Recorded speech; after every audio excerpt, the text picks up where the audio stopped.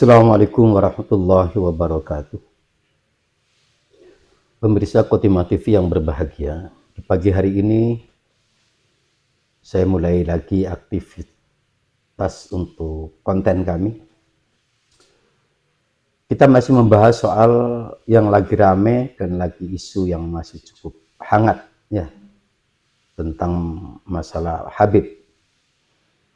Dan dulu sempat dituduh bahwa membahas masalah para Habib itu adalah kepentingan politik musiman, akan dalam pencapresan dan lain sebagainya. Akan tetapi tidak, fakta bahwa setelah pasca pemilu pun malah lebih hangat dan lebih di mana-mana mendeklarasikan diri ada Laskar Sabilillah dan persatuan pergerakan daripada perjuangan para wali songo.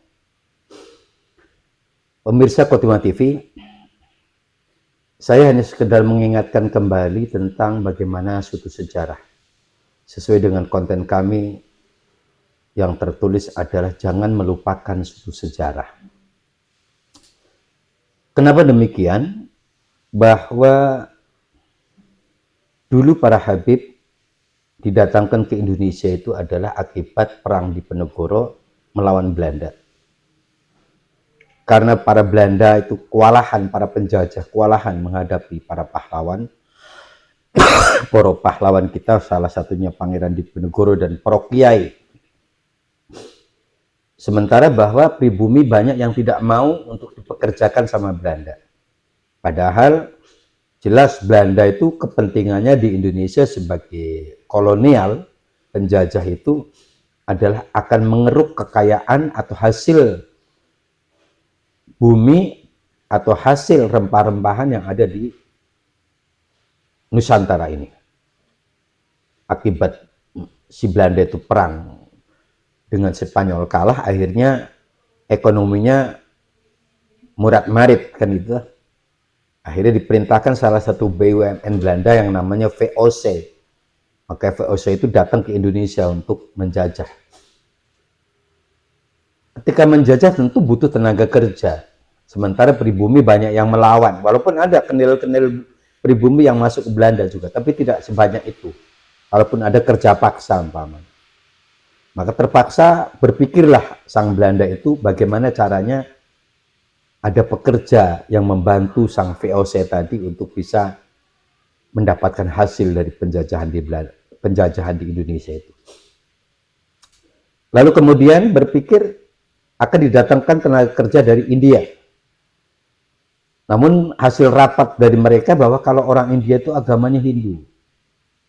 Bisa jadi bertolak belakang dengan orang Indonesia yang hampir mayoritas Islam. Maka tidak jadilah orang India didatangkan. Kalau sementara bahwa Inggris saat itu sama, memang prinsipnya seperti Belanda, mendatangkan tentara-tentara ke Myanmar yang sekarang itu adalah orang-orang Rohingya, yang notabene itu dari Bangladesh atau India mungkin. Walaupun itu orang Rohingya,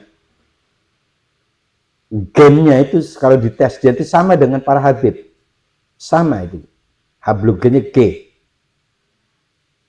Jadi akhirnya kalau Inggris kemarin mendatangkan Rohingya di Myanmar, lalu pas ketika Myanmar merdeka langsung si Rohingya diusir, yang sampai sekarang tidak punya negara, tidak punya tempat tinggal, mengungsi di mana-mana. Belanda pun sama seperti itu. Pas ketika mendatangkan dari pasar budak di Yaman sana, mendatangkan para Habib, ribuan Habib datang ke Indonesia, orang-orang Yaman. Yang notabene saat itu memang untuk bekerja di Indonesia. Tidak untuk apa-apa, untuk bekerja bersama Belanda. Ada dari kapitan Arab, ada yang dari buruhnya, ada dari pengawasnya, ada dari tentaranya bahkan. Itu orang-orang Yaman. Senanglah orang Yaman di sana, negaranya gersang, kering. Tidak bisa makan, sementara didatangi Indonesia suburnya seperti ini. Bahkan ditempatkan sebagai kasta nomor 2 oleh Belanda. Kasta nomor 1 jelas mereka orang Eropa, orang Belanda. Kasta nomor 2 adalah mereka Habib yang dari Yaman dan orang-orang Cina dan kasta nomor 3 adalah pribumi. Itu sejarah, jangan dilupakan itu. Cuman yang akan saya bahas pada pagi hari ini bukan terkait itu. Ini ada sebuah video yang akan saya tayangkan tentang judul dari video itu sendiri adalah zaman Belanda vs zaman Habib sekarang. Hampir sama, bentuknya sama, modusnya sama. Jadi seakan-akan masih tidak seperti bahwa kita pribumi, orang muhibbin para Habib itu tidak sadar. Kalau Habib itu dulu penjajah, ikut jajah bersama Belanda. Kita termasuk orang yang terdolimi sebenarnya. Cuma dikemas, didesain oleh Belanda, salah satunya Van der Burg, ahli sejarahnya, dan Horgunje, itu sebagai Habib putih yang masuk Islam, menyamar masuk Islam, bagaimana mempelajari Islam, tujuannya untuk menghancurkan bangsa ini, orang-orang Islam yang ada di Indonesia. Akhirnya dibuatlah suatu tentang bagaimana pengakuan seorang Duriah Nabi, nasabnya dibuatkan oleh orang-orang Belanda, bagaimana caranya bisa disambungkan kepada Duriah Nabi. Tujuannya hanya itu supaya apa? Orang Indonesia kalau menghadapi atau ketemu dengan Duriah Nabi itu hormatnya luar biasa. Para wali songo itu kan Duriah Nabi aslinya. Tapi kenapa disembunyikan? Sama-sama Duriah Nabi, kalau Duriah Nabi ini orang Yaman yang Habib yang digawe oleh Belanda, itu malah dilindungi. Kalau wali songo malah justru setiap ketemu dia siapa Duriah Nabi, langsung penggal kepalanya. Karena supaya tidak ada persaingan, maksudnya oleh Belanda. Cukup Duriah Nabinya orang Yaman saja. Supaya dia mampu dikendalikan. Sementara kalau Duriah Nabi dari wali songo, dikejar sama Belanda, dibunuh. Bahkan dipenggal kepalanya, sehingga para wali songo saat itu menyembunyikan tentang keduriahannya, menyembunyikan, bahkan membaur dengan masyarakat, nikahnya pun dengan masyarakat setempat dan lain sebagainya, tidak menyebutkan bahwa aku adalah Duriah Nabi. Itu perbedaannya Habib dan wali songo. Habib jelas dilindungi, walaupun beliau memang yang membuatkan atau mencangkokkan itu adalah ide dari Belanda. Ngakulah kamu sebagai Duriah Nabi supaya nanti dihormati di Indonesia. Nah, ini ada satu video yang akan saya tayangkan, kok sama mirip persis zaman Belanda dengan zaman sekarang yang dilakukan oleh Habib. Coba lihat kita videonya ya.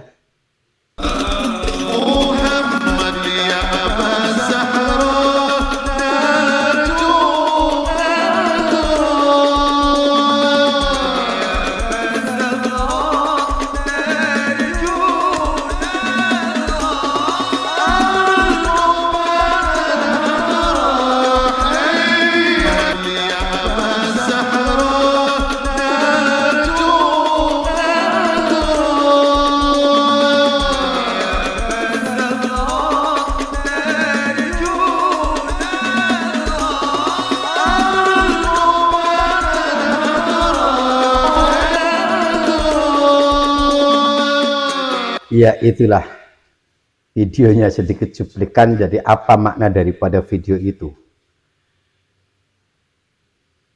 Saya punya teman muhibbin yang cinta kepada Habib baru-baru itu. Akan tetapi pas ketika melihat perilaku bahwa si Habib itu melempar buah, melempar makanan ke jemaah, seperti halnya orang Belanda tadi, yang orang Belanda itu ngedum duit, uang itu dilempar kepada orang pribumi. Sama. Semestinya kalaupun Belanda bisa kok dikasih duit itu tidak harus dilempar. Tapi bagaimana dia cara melempar? Seakan-akan bahwa kastanya, bahwa kok itu orang rendah. Tidak patut menerima uang langsung dari tangan sang Belanda. Cukup dengan dilempar. Dia langsung seakan-akan kita seperti seekor ayam yang butuh makanan, ketika kita menebar beras, lalu ayam langsung royoan. Disamakan dengan binatang kita ini. Ketika anjing makan, jarang mancing, anjing langsung dilempar supaya dia. Terus terkesan demikian.